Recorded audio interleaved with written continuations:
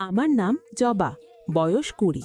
সবেমাত্র কলেজের গণ্ডি পেরিয়ে বিশ্ববিদ্যালয়ে ভর্তির প্রস্তুতি নিচ্ছি। ঢাকার একটি সচ্ছল পরিবারে আমার বেড়ে ওঠা। পরিবার বলতে আমি আর আমার মা। বাবা বেশিরভাগ সময়ই ব্যবসার কাজে দেশের বাইরে থাকেন। তিনি একজন সফল আন্তর্জাতিক ব্যবসায়ী। বিভিন্ন দেশের বড় বড় কোম্পানির সাথে তার ব্যবসায়িক সম্পর্ক। আমাদের ধন সম্পদের কোনো কমতি ছিল না, কিন্তু বাবার সঙ্গের অভাবটা আমি আর মা প্রায়ই অনুভব করতাম। বাবার একটাই স্বপ্ন, আমি যেন একজন বড় ডাক্তার হই। তিনি প্রায়ই বলতেন, জবা মা, টাকা পয়সা, বাড়ি গাড়ি এগুলো সবই সাময়িক, কিন্তু মানুষের সেবা করার মধ্যে যে আত্মতৃপ্তি আছে তার কোনো তুলনা হয় না। তুমি ডাক্তার হবে, মানুষের দুঃখ দূর করবে, এটাই আমার সবচেয়ে বড় স্বপ্ন। বাবার এই স্বপ্নটা আমার মধ্যেও সঞ্চারিত হয়েছিল। ছোটবেলা থেকেই আমি নিজেকে ডাক্তারের সাদা অ্যাপ্রনে কল্পনা করতাম। বাবার বিদেশি বন্ধুদের নিয়ে আমার আগ্রহের শেষ ছিল না। তিনি যখন দেশে ফিরতেন, আমি তার পাশে বসে বিদেশের গল্প শুনতাম। তাদের সংস্কৃতি, জীবনযাত্রা সবকিছু আমার কাছে রূপকথার মতো মনে হতো। আমি প্রায়ই বাবাকে জিজ্ঞাসা করতাম, বাবা, তোমার বিদেশি বন্ধুরা কেমন? তারা কি আমাদের মতো করে কথা বলে? তাদের বাড়িঘর কেমন? বাবা আমার ছেলে মানুষই প্রশ্নে হাসতেন। বলতেন, ফাগলি মেয়ে, তারা আমাদের মতোই মানুষ, শুধু ভাষা আর সংস্কৃতিটা ভিন্ন। একদিন দেখবে আমি আমার বিদেশি বন্ধুদের আমাদের বাড়িতে আমন্ত্রণ জানাবো, তখন নিজের চোখেই সব দেখে নিও। আমি অধীর আগ্রহে সেই দিনের অপেক্ষা করতাম। আমার শিশুতোষ মন কল্পনার রাজ্যে পাড়ি দিত। ভাবতাম, কেমন হবে সেই দিনটা যখন আমাদের বাড়িতে বিদেশি মেহমান আসবে। এর কিছুদিন পরের কথা, বাবা দেশে ফিরেছেন। একদিন রাতের খাবারের টেবিলে মা আর আমি বসে আছি, বাবা এসে একটা বড় খবর দিলেন। তার মুখে ছিল আনন্দের ঝিলিক। তিনি বললেন, জবা, তোমার জন্য একটা দারুণ সুখবর আছে। আমি জিজ্ঞাসু দৃষ্টিতে তাকালাম। বাবা বললেন, আমার একজন খুব পুরনো আর বিশ্বস্ত বিদেশি বন্ধু মিস্টার আপিচার্ড কিছুদিনের মধ্যেই আমাদের দেশে আসছেন। তিনি একটা বিশেষ ব্যবসায়িক কাজে আসবেন এবং যতদিন এখানে থাকবেন আমাদের বাড়িতেই অতিথি হিসেবে থাকবেন। খবরটা শুনে আমার উত্তেজনা বেড়ে গেল। আমি লাফিয়ে উঠে বললাম, সত্যি বাবা? কবে আসবেন তিনি? বাবা হেসে বললেন, খুব শিগগিরই। আমি চাই তুমি তার সাথে ভালোভাবে মিশবে, তার কাছ থেকে অনেক কিছু শিখতে পারবে। মিস্টার আপিচার্ড খুব জ্ঞানী একজন মানুষ। মায়ের মুখেও দেখলাম খুশির আভা। আমাদের বাড়িতে বিদেশি অতিথি আসবে এটা ভেবে তিনিও বেশ আনন্দিত ছিলেন। সেই রাত থেকে আমার প্রতীক্ষার প্রহর গোনা শুরু হলো। কবে আসবেন সেই বিদেশি আঙ্কেল? তিনি কেমন হবেন? আমার সাথে কি ইংরাজিতে কথা বলবেন নাকি বাংলাও জানেন? হাজারো প্রশ্ন আমার মাথায় ঘুরপাক খেতে লাগলো। দিনগুলো যেন আর কাটতে চাইছিল না। কলেজের ক্লাস, বন্ধুদের আড্ডা, কোনো কিছুতেই মন বসছিল না। আমার সব ভাবনার কেন্দ্রবিন্দুতে ছিলেন সেই না দেখা, না চেনা বিদেশি আঙ্কেল। অপেক্ষার পালা শেষ হলো 1 সপ্তাহ পর। সেদিন কলেজ থেকে ফিরে দেখি আমাদের বাড়ির পরিবেশটাই অন্যরকম। ড্রয়িং রুমে কিছু অপরিচিত মানুষের আনাগোনা। আমি কিছুটা অবাক হয়ে ভেতরে ঢুকলাম। সোফায় বাবার পাশে বসে আছেন একজন দীর্ঘকায় সুদর্শন ভদ্রলোক। পরনে দামি স্যুট, চোখে সোনালি ফ্রেমের চশমা। বয়স বাবার মতোই হবে, কিন্তু চেহারায় আভিজাত্য আর মার্জিত আচরণের ছাপ স্পষ্ট। তার গায়ের রং উজ্জ্বল, চুলগুলো সোনালি বাদামি। আমি বুঝতে পারলাম ইনি আমার বাবার সেই বন্ধু মিস্টার আপিচার্ড। আমি দরজার কাছে দাঁড়িয়ে ইতস্তত করছিলাম। ঠিক তখনই ভদ্রলোক আমার দিকে তাকালেন। তার নীল চোখে দৃষ্টিটা ছিল তীক্ষ্ণ, কিন্তু মুখে ছিল একটা অমায়িক হাসি। আমি তার দিকে তাকিয়ে থাকতেই তিনি আমাকে অবাক করে দিয়ে শুদ্ধ বাংলায় বললেন, তুমি এভাবে অবাক হয়ে কি দেখছো? তুমি হয়তো আমাকে চেনো না, ভেতরে এসো। তার মুখে নিখুঁত বাংলা শুনে আমার বিস্ময় সীমা রইল না। আমি কিছুটা অপ্রস্তুত হয়ে ধীর পায়ে তার দিকে এগিয়ে গেলাম। তিনি আমার দ্বিধা বুঝতে পেরে হেসে বললেন, তুমি কি আমাকে দেখে ভয় পেয়েছ? আমি তোমার বাবার বন্ধু, তোমার আঙ্কেল। আমি মাথা নেড়ে না বললাম। আমার লজ্জা লাগছিল। বাবা তখন পরিচয় করিয়ে দিলেন, আপিচার্ড এই আমার একমাত্র মেয়ে জবা। আর জবা, ইনি মিস্টার আপিচার্ড, আমার সেই বন্ধুর কথা বলেছিলাম না। বাবা আরও যোগ করলেন, ও একটু শান্ত স্বভাবের, তবে পড়াশোনায় খুব ভালো। ওর স্বপ্ন ডাক্তার হওয়া। মিস্টার আপিচার্ড অর্থাৎ আমার নতুন বিদেশি আঙ্কেল আমার দিকে তাকিয়ে স্নেহের স্বরে বললেন, তোমার নাম কি? আমি মৃদুস্বরে বললাম, জবা। তিনি মুগ্ধতার সাথে বললেন, বাহ, খুব সুন্দর নাম। ফুলের নামে নাম, তোমার মতোই সুন্দর। তার প্রশংসায় আমার গাল দুটো লাল হয়ে গেল। তিনি বাবার দিকে ফিরে বললেন, আপনার মেয়ে তো মাশাআল্লাহ দেখতে খুব সুন্দর, আর পড়াশোনাতেও ভালো। আপনি যদি সত্যি তাকে ডাক্তার বানাতে চান, তবে আমার কাছে একটা চমৎকার প্রস্তাব আছে। বাবা আগ্রহ নিয়ে বললেন, কি প্রস্তাব আপিচাট? আঙ্কেল বললেন, আপনি তাকে আমার দেশ থাইল্যান্ডে পাঠিয়ে দিন।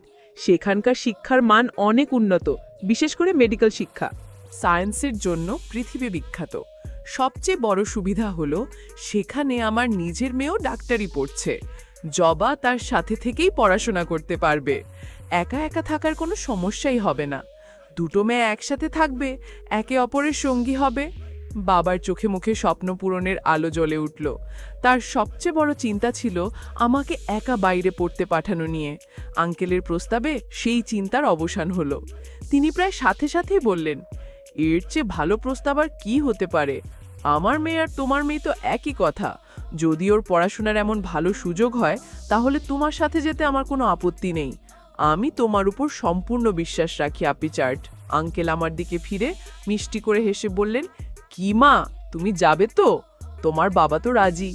এমন সুযোগ কিন্তু সহজে আসে না। বিদেশ ভ্রমণের হাতছানি, উন্নত পরিবেশে ডাক্তারি পড়ার স্বপ্ন, সবকিছু মিলে আমার মন আনন্দে নেচে উঠল। আমি আর কোনো কিছু না ভেবে সাথে সাথে মাথা নেড়ে সম্মতি দিলাম। বললাম, হ্যাঁ আঙ্কেল, আমি যাব। আমার সম্মতিতে ঘরের পরিবেশটা আরও আনন্দময় হয়ে উঠল। মা মিষ্টি নিয়ে এলেন।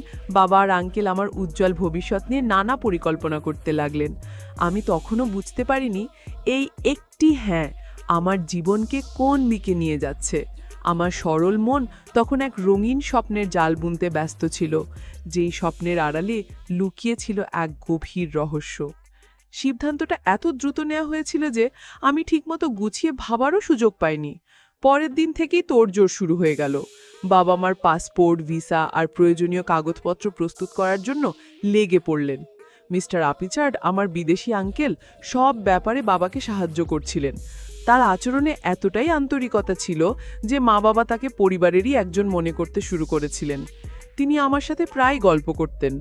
থাইল্যান্ডের সৌন্দর্য, সেখানকার উন্নত জীবনযাত্রা, মেডিকেল কলেজগুলোর অত্যাধুনিক ব্যবস্থা, এসবের বর্ণনা তিনি এমনভাবে দিতেন যে আমার মনটা যেন এখনই সেখানে উড়ে যেতে চাইতো।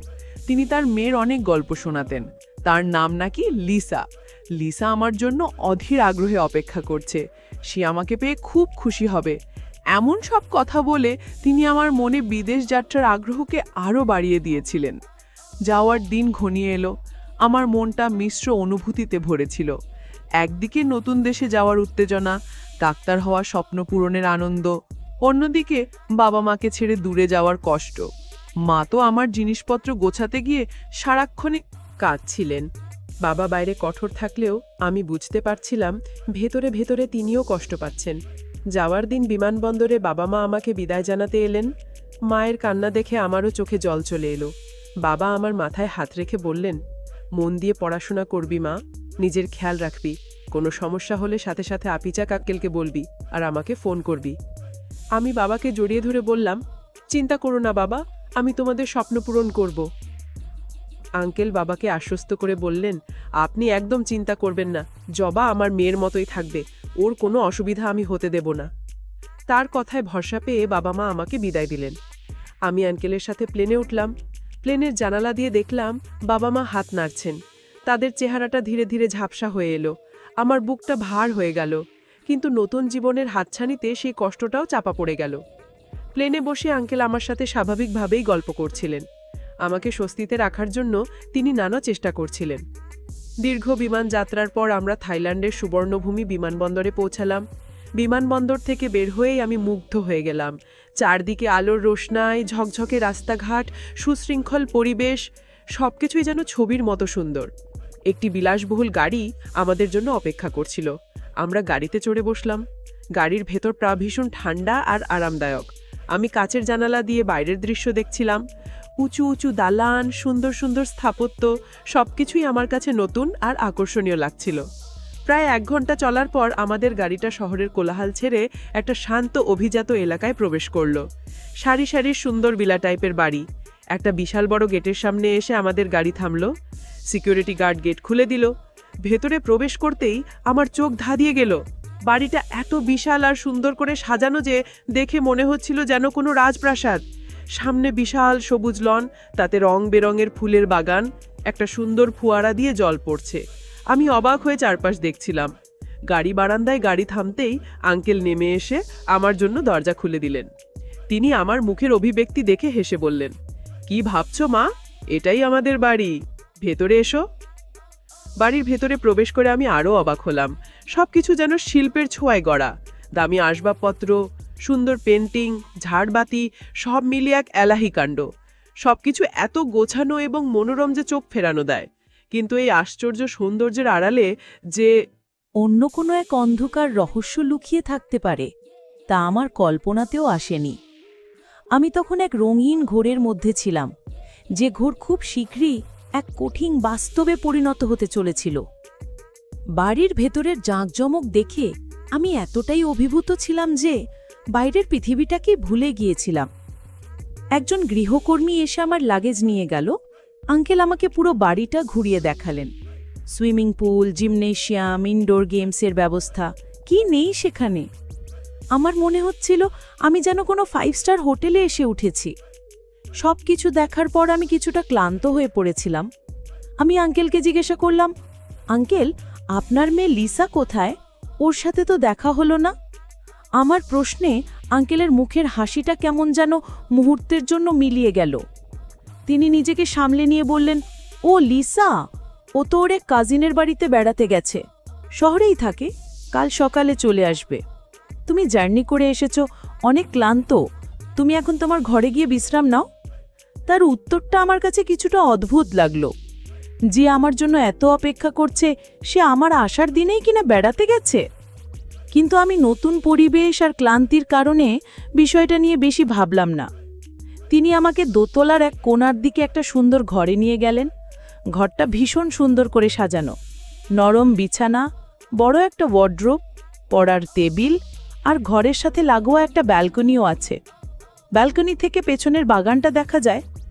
আঙ্কেল বললেন, এটা তোমার ঘর, কোনো কিছুর দরকার হলে আমাকে ডেকো, কেমন? আমি মাথা নেড়ে সাই দিলাম। তিনি ঘর থেকে বেরিয়ে যাওয়ার আগে বললেন, ফ্রেশ হয়ে নাও, আমি রাতের খাবারের ব্যবস্থা করছি। তিনি চলে যাওয়ার পর আমি দরজাটা বন্ধ করে বিছানায় শরীরটা এলিয়ে দিলাম। ক্লান্তিতে চোখ বন্ধ হয়ে আসছিল, কিন্তু নতুন জায়গা বলে ঘুম আসছিল না। মনে নানা চিন্তা ঘুরপাক খাচ্ছিল। বাবা মায়ের কথা খুব মনে পড়ছিল। ভাবছিলাম তারা এখন কি করছে, আমার জন্য চিন্তা করছে হয়তো। রাত বাড়ার সাথে সাথে বাড়িটা কেমন যেন নিস্তব্ধ হয়ে গেল। এত বড় বাড়িতে কোনো সাড়া শব্দ নেই। ব্যাপারটা আমার কাছে একটু অস্বাভাবিক লাগছিল। রাতের খাবার খাওয়ার জন্য আঙ্কেল আমাকে ডেকেছিলেন। আমরা দুজনে বিশাল বড় ডাইনিং টেবিলে বসে খাবার খেলাম। খাবার সময়ও তিনি আমার সাথে স্বাভাবিক ব্যবহার করছিলেন। আমার পড়াশোনা আর ভবিষ্যৎ নিয়ে অনেক আশার কথা বলছিলেন। খাবার পর আমি নিজের ঘরে চলে এলাম। শুয়ে শুয়ে বই পড়ার চেষ্টা করছিলাম, কিন্তু কিছুতেই মন বসাতে পারছিলাম না।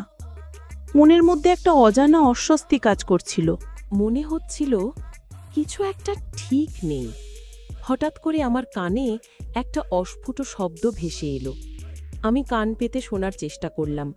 মনে হলো কেউ যেন ফিস ফিস করে কথা বলছে, আবার মাঝে মাঝে চাপা কান্নার আওয়াজও পাওয়া যাচ্ছে। শব্দটা পাশের ঘর থেকেই আসছিল। আমার বুকের ভেতরটা ধক করে উঠল। এত রাতে কারা কথা বলছে, আর কান্নার শব্দই বা কেন? আমি প্রথমে ভাবলাম হয়তো আমার শোনার ভুল, নতুন জায়গায় এমনটা মনে হতে পারে।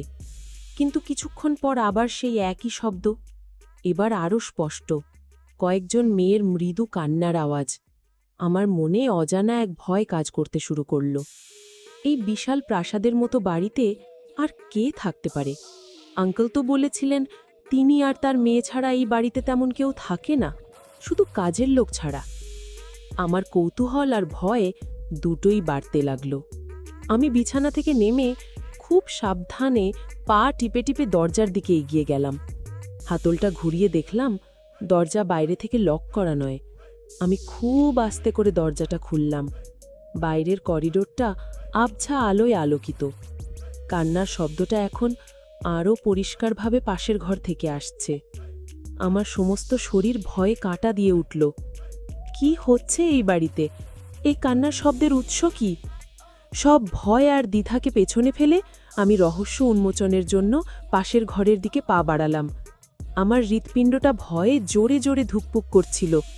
প্রতিটা পদক্ষেপে মনে হচ্ছিল কেউ যেন আমার অস্তিত্ব টের পেয়ে যাবে। আমি প্রায় নিঃশ্বাস বন্ধ করে পাশের ঘরের দরজার সামনে গিয়ে দাঁড়ালাম। দরজাটা পুরোপুরি বন্ধ ছিল না, সামান্য ফাঁক হয়েছিল।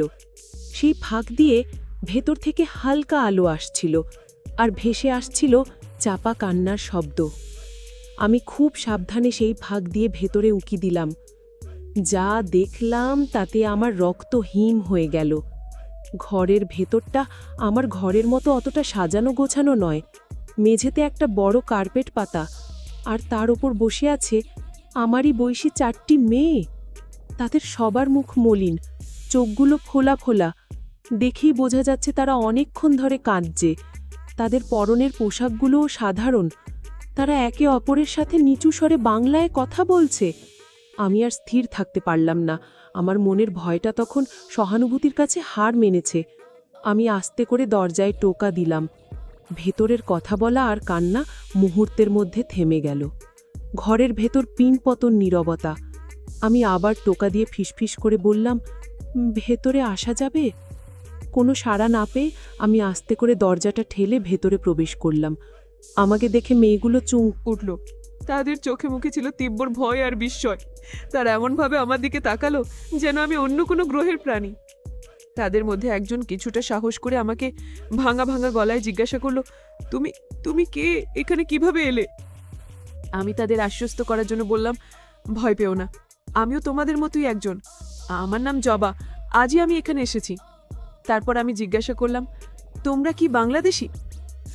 আমার কথা শুনে তারা যেন কিছুটা ভরসা পেল। একজন মাথা নেড়ে হ্যাঁ বলল। আমি তাদের পাশে গিয়ে বসলাম। জিজ্ঞাসা করলাম, তোমরা এখানে এভাবে মন খারাপ করে বসে আছো কেন? আর কাঁদছিলে কেন? আমার প্রশ্নে তাদের চেপে রাখা দুঃখের বাঁধ যেন ভেঙে গেল। একজন, যার নাম পরে জেনেছিলাম রিনা, কান্না জড়িত কণ্ঠে বলতে শুরু করলো, বাড়ির মালিক ওই লোকটা একটা শয়তান। সে আমাদের প্রত্যেককে ভালো বেতনে চাকরি আর উন্নত জীবনে লোভ দেখিয়ে বাংলাদেশ থেকে এখানে নিয়ে এসেছে। আরেকজন, নাম সুমি, বলতে লাগলো, আমাকে বলেছিল একটা বড় শপিং মলে সেলস গার্লের চাকরি দেবে। আমার বাবা মা অনেক কষ্ট করে টাকা জোগাড় করে দালালের হাতে তুলে দিয়েছিল, কিন্তু এখানে আসার পর থেকে আমাদের এই ঘরে আটকে রাখা হয়েছে। প্রথম কয়েকদিন পর থেকে আমাদের ফোন কেড়ে নেওয়া হয়েছে, বাড়ির বাইরে যেতে দেওয়া হয় না। তাদের কথা শুনে আমার পায়ের তলা মাটি সরে যাচ্ছিল। আমি বিশ্বাসই করতে পারছিলাম না যে মানুষটাকে আমার বাবা এত বিশ্বাস করেন, যিনি আমার কাছে এত ভদ্র আর স্নেহশীল আচরণ করেছেন, তিনি এমন একটা ভয়ানক কাজ করতে পারেন। আমি বললাম, কিন্তু আমাকে তো ডাক্তারি পড়ানোর কথা বলে নিয়ে এসেছেন। তিনি আমার বাবার খুব ভালো বন্ধু। আমার কথা শুনে তৃতীয় মেয়েটি, যার নাম ছিল তানিয়া, একটা দীর্ঘশ্বাস টেলে বলল, আমাদেরকেও এমন অনেক সুন্দর সুন্দর স্বপ্ন দেখিয়েছিল। কাউকে বলেছিল নার্সের চাকরি, কাউকে বলেছিল পার্লারের কাজ। সবই তার মিথ্যে কথা, সবই তার ভাঁদ। আমরা প্রায় 1 মাস ধরে এখানে বন্দি। সময় মতো খাবার দেওয়া হয়, কিন্তু কোনো স্বাধীনতার সুযোগ নেই। আমরা জানি না আমাদের ভবিষ্যৎ কি, আমাদের দিয়ে সে কি করাতে চায়। তখন আমি পুরাপুরি বুঝতে পারলাম আমিও এক ভয়ঙ্কর ষড়যন্ত্রের শিকার হয়েছি। বাবা সরল বিশ্বাসে যার হাতে আমাকে তুলে দিয়েছেন, সে একজন প্রতারক, একজন পাচারকারী। ভালো জীবনের স্বপ্ন দেখিয়ে গরিব আর মধ্যবিত্ত পরিবারের মেয়েদের বিদেশে এনে আটকে রাখাই তার কাজ। কিন্তু তার আসল উদ্দেশ্য কি, সেটা তখনও আমার কাছে পরিষ্কার ছিল না। আমার ডাক্তার হবার রঙিন স্বপ্নটা মুহূর্তের মধ্যে দুঃস্বপ্নের কালো অন্ধকারে ঢেকে গেল। আমি তাদের সাথে বসেই কান্নায় ভেঙে পড়লাম। আমরা 5 জন অসহায় মেয়ে এক অজানা ভবিষ্যতের আশঙ্কায় শিউরে উঠলাম। আমরা 5 জন যখন একে অপরকে জড়িয়ে ধরে নিজেদের ভাগ্যকে দোষারোপ করছিলাম আর কাঁদছিলাম, ঠিক সেই মুহূর্তে ঘরের দরজাটা হাঁট করে খুলে গেল। দরজায় দাঁড়িয়েছিলেন মিস্টার আপিচার্ড, আমার সেই বিদেশি আঙ্কেল। তার মুখে আর সেই অমানিক স্নেহশীল হাসিটা ছিল না। তার পরিবর্তে সেখানে ছিল এক শীতল কঠিন অভিব্যক্তি। তার নীল চোখ দুটো যেন রাগে জ্বলছিল। আমাদের সবাইকে একসাথে দেখে তিনি দৃশ্যতে অবাক হলেন, কিন্তু মুহূর্তেই নিজেকে সামলে নিলেন। তিনি আমার দিকে তাকিয়ে কঠোর স্বরে বললেন, জবা, তুমি এখানে কি করছো? আমি না তোমাকে নিজের ঘরে বিশ্রাম নিতে বলেছিলাম? তার গলার স্বরে আমি কেঁপে উঠলাম, কিন্তু ততক্ষণে আমার ভেতরের ভয়টা সাহসে রূপান্তরিত হতে শুরু করেছে। আমি উঠে দাঁড়িয়ে তার চোখের দিকে সরাসরি তাকিয়ে বললাম, আঙ্কেল, আমি আপনার কাছে সত্যিটা জানতে চাই। আপনি এই মেয়েদের এখানে এভাবে আটকে রেখেছেন কেন? আর আমাকেই বা কী উদ্দেশ্যে এখানে নিয়ে এসেছেন? আমার প্রশ্নে তিনি যেন আরও রেগে গেলেন। তার চেহারাটা হিংস্র হয়ে উঠল। তিনি ধমক দিয়ে বললেন, বেশি কথা বলবে না, তুমি বড্ড বেশি জেনে গেছো। যাও, নিজের ঘরে যাও। আমি বললাম, না, আমি কোথাও যাব না। যতক্ষণ না আপনি সত্যি কথা বলছেন আমি এখানেই থাকব। এদের সাথে আমার কি পার্থক্য? আপনি আমাকেও তো মিথ্যে বলে এখানে এনেছেন। আমার প্রতিবাদে তিনি হতবাক হয়ে গেলেন। হয়তো তিনি ভাবেননি যে আমার মতো শান্ত স্বভাবের একটি মেয়ে তার বিরুদ্ধে কথা বলতে পারে। তিনি রাগে গড়গড় করতে করতে আমার দিকে এগিয়ে এলেন। আমি ভয় পিছিয়ে গেলাম। বাইরে থেকে তালা লাগানোর একটা শব্দ হলো। আমরা বুঝতে পারলাম আমরা এখন পুরোপুরি বন্দী। স্বপ্নের রাজপ্রাসাদটা মুহূর্তের মধ্যে আমাদের জন্য এক অভিশপ্ত খাঁচায় পরিণত হলো।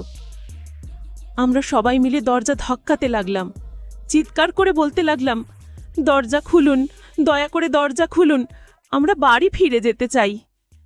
কিন্তু বাইরে থেকে কোনো সাড়া পেলাম না। তার বদলে আমরা তার ভারী জুতোর শব্দটা ধীরে ধীরে মিলিয়ে যেতে শুনলাম। আমরা বুঝতে পারলাম চিৎকার করে কোনো লাভ হবে না। এই বিশাল বাড়িতে আমাদের কান্না শোনার মতো কেউ নেই। সবাই কান্নায় ভেঙে পড়ল। আমাদের মুক্তির সব আশা যেন শেষ হয়ে গেল। রিনা কাঁদতে কাঁদতে বলল, এবার আমাদের কি হবে? এই লোকটা আমাদের মেরে ফেলবে না তো? সুমি বলল, আমার বাবা মায়ের কথা খুব মনে পড়ছে। তারা তো জানেও না তাদের মেয়ে কোথায় কি অবস্থায় আছে। তাদের কথা শুনে আমার নিজের বাবা মায়ের জন্য বুকটা ফেটে যাচ্ছিল। বাবা কত বিশ্বাস করে আমাকে এই লোকটার হাতে তুলে দিয়েছেন। তিনি যদি জানতে পারেন তার বন্ধু তার সাথে এত বড় বিশ্বাসঘাতকতা করেছে, তিনি কি করবেন? হঠাৎ আমার মাথায় একটা বুদ্ধি খেলে গেল। আমি সবাইকে বললাম, কান্না থামালে হবে না, আমাদের এখান থেকে মুক্তির উপায় খুঁজতে হবে। তানিয়া হতাশ হয়ে বলল, কিভাবে উপায় খুঁজব? জানালাগুলোতে মোটা গ্রিল লাগানো, দরজাটাও বাইরে থেকে তালা দেওয়া। আমাদের কাছে কোনো ফোনও নেই যে কারো সাথে যোগাযোগ করব। ফোনের কথা শুনতেই আমার মনে পড়ল আমার ফোনটা। আঙ্কেল বাকিদের ফোন কেড়ে নিলেও আমি আজই এসেছি বলে হয়তো আমার ফোনটা নেওয়ার কথা ভুলে গেছেন, অথবা তিনি এতটাই আত্মবিশ্বাসী ছিলেন যে আমি পালানোর চেষ্টা করব না। আমি দ্রুত আমার জামার পকেটে হাত দিলাম।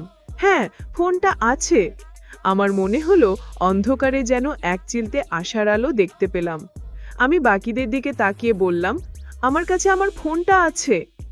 আমার কথা শুনে বাকি চারজনের মুখেও ফুটে উঠল বিস্ময় আর আশার আলো। তারা সবাই আমার চারপাশে এসে জড়ো হলো। তাদের চোখে ছিল একটাই আকুতি, মুক্তির আকুতি। আমরা বুঝতে পারছিলাম এই ছোট যন্ত্রটাই এখন আমাদের এখান থেকে বের হওয়ার একমাত্র চাবিকাঠি হতে পারে। আমার ফোনটা হাতে পেয়ে আমাদের সবার মনে নতুন করে সাহস সঞ্চার হলো, কিন্তু সাথে সাথে নতুন ভয়ও কাজ করতে শুরু করলো। যদি আপিচাট আঙ্কেল কোনোভাবে টের পেয়ে যান যে আমার কাছে ফোন আছে, তাহলে তিনি হয়তো সেটা কেড়ে নেবেন এবং আমাদের ওপর আরও কঠোর হবেন।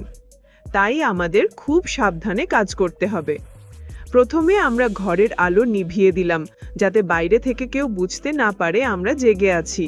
তারপর কম্বলের নিচে 5 জন একসাথে জড়ো হয়ে বসলাম, যাতে মোবাইলের আলো বাইরে থেকে দেখা না যায় এবং আমাদের কথা যেন বাইরে শোনা না যায়। রিনা ফিসফিস করে বলল, তাড়াতাড়ি তোমার বাবাকে ফোন করো জবা, পুলিশকে খবর দিতে বলো। আমি কাঁপা কাঁপা হাতে আমার ফোনটা অন করলাম। ভাগ্য ভালো, ফোনে চার্জ ছিল এবং থাইল্যান্ডে আসার পর এরপর থেকে নেওয়া লোকাল সিম কার্ডে নেটওয়ার্কও ছিল। আমি দ্রুত বাবার নাম্বারে ডায়াল করলাম। রিং হচ্ছে। প্রতিটা সেকেন্ড আমার কাছে 1 ঘন্টার মতো মনে হচ্ছিল। আমার বুকটা ধড়পড় করছিল। বাবা যদি ফোন না ধরেন, যদি তিনি ঘুমিয়ে পড়েন। কয়েকবার রিং হওয়ার পর ওপাশ থেকে বাবার উদ্বিগ্ন কণ্ঠস্বর ভেসে এলো। হ্যালো জবা, মা তুই কেমন আছিস? পৌঁছে কোনো? খবর দিসনি কেন? আমি আর তোর মা খুব চিন্তা করছিলাম। আপিচার্টকেও ফোন করেছিলাম। ও বলল তুই নাকি ক্লান্তিতে ঘুমিয়ে পড়েছিস। বাবার কণ্ঠস্বর শুনেই আমি আর নিজেকে ধরে রাখতে পারলাম না। আমার গলা দিয়ে কান্নার রোল বেরিয়ে এলো। আমি কান্নাজড়িত কণ্ঠে বললাম, বাবা, বাবা, আমরা এখানে খুব বিপদে আছি, তুমি আমাদের বাঁচাও বাবা। আমার কান্না শুনে বাবা ঘাবড়ে গেলেন।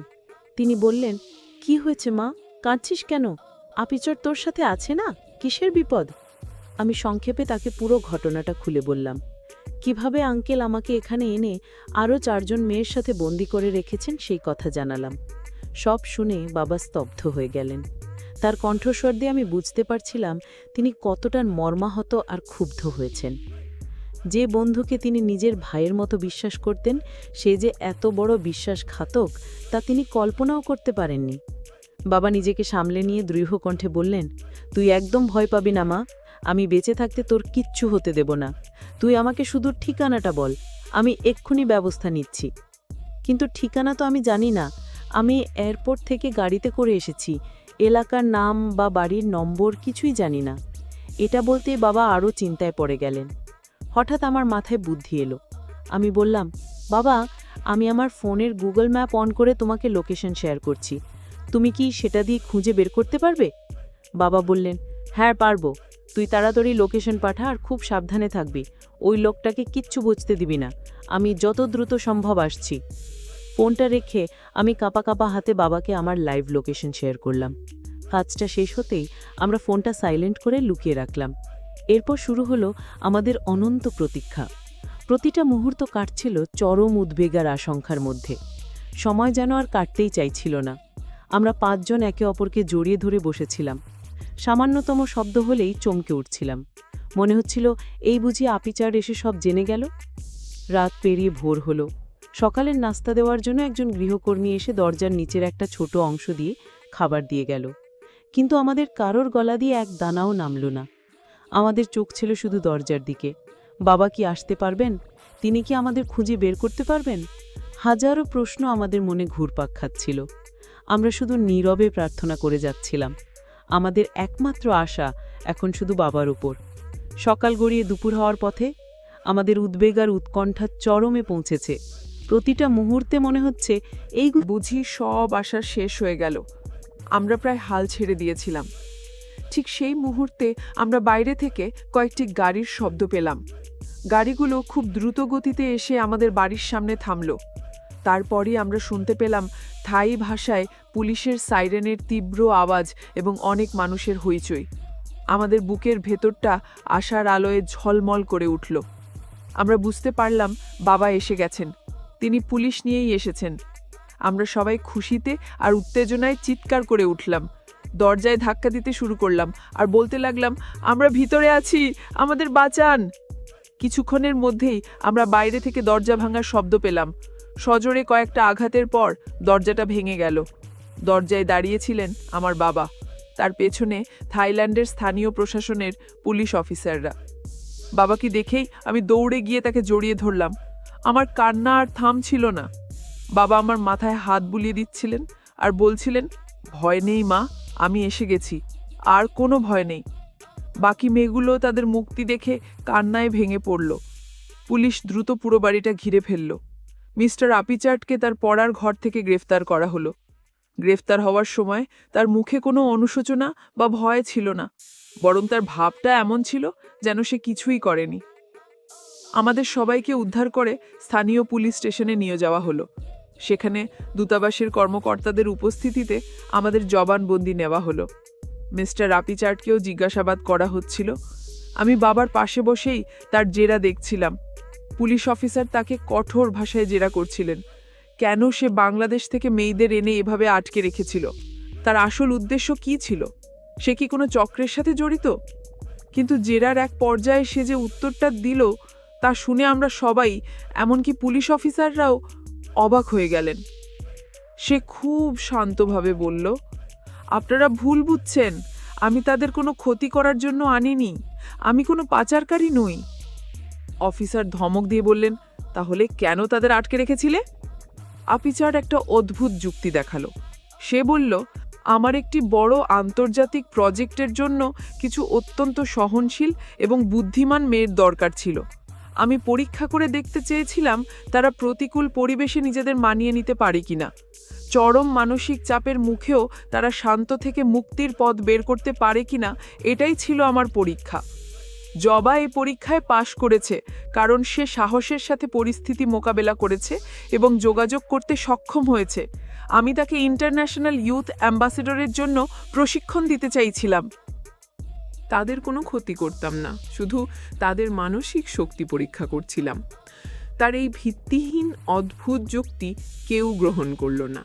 একজন পুলিশ অফিসার হেসে বললেন, মানসিক শক্তি পরীক্ষার জন্য মানুষকে অপহরণ করতে হয়? এটা আপনার অপরাধ ঢাকার একটা নতুন কৌশল। আইন আপনার এই যুক্তি বিশ্বাস করে না।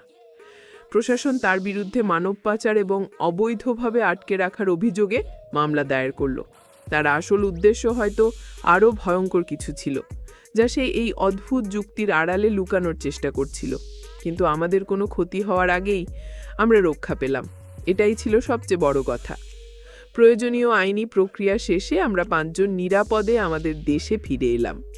এয়ারপোর্টে আমাদের পরিবারগুলো অপেক্ষা করছিল। দীর্ঘকাল পর নিজের পরিবারকে ফিরে পেয়ে আমাদের আনন্দের সীমা ছিল না। এই ভয়ঙ্কর অভিজ্ঞতা আমার জীবনকে পুরোপুরি বদলে দিয়েছে। আমি ডাক্তার হওয়ার স্বপ্ন দেখা ছাড়িনি, কিন্তু এখন আমি মানুষের শরীর আর মনের চিকিৎসার পাশাপাশি তাদের অধিকার নিয়েও অনেক বেশি সচেতন। গল্পের শিক্ষা। এই ঘটনা থেকে আমরা শিখলাম যে কোনো ব্যক্তির সাথে যত ভালো সম্পর্কই থাকুক না কেন, তার সম্পর্কে ভালোভাবে না জেনে এবং সব কিছু যাচাই না করে বিদেশে যাওয়ার সিদ্ধান্ত নেওয়া উচিত নয়। লোভনীয় প্রস্তাব বা সুন্দর কথার পেছনেও ভয়ঙ্কর কোনো ফাঁদ লুকিয়ে থাকতে পারে। বিশেষ করে তরুণীদের এই বিষয়ে অনেক বেশি সতর্ক থাকতে হবে। অজানা বা অল্প পরিচিত কারোর সাথে বিদেশে যাওয়ার আগে অবশ্যই সেই দেশ, সেই ব্যক্তি এবং প্রস্তাবিত সুযোগ সম্পর্কে ভালোভাবে খোঁজ খবর নেওয়া উচিত। আমাদের সচেতনতাই পারে আমাদের এবং আমাদের আপনজনদের নিরাপদ রাখতে। বিশ্বাস করা ভালো, কিন্তু যাচাই করে বিশ্বাস করাই বুদ্ধিমানের কাজ। বন্ধুরা, গল্পটি কেমন লাগলো তা অবশ্যই কমেন্ট করে জানাতে ভুলবেন না। আর এইরকম নতুন নতুন গল্প পেতে আমার চ্যানেলটিকে সাবস্ক্রাইব করে পাশে থাকবেন। ধন্যবাদ।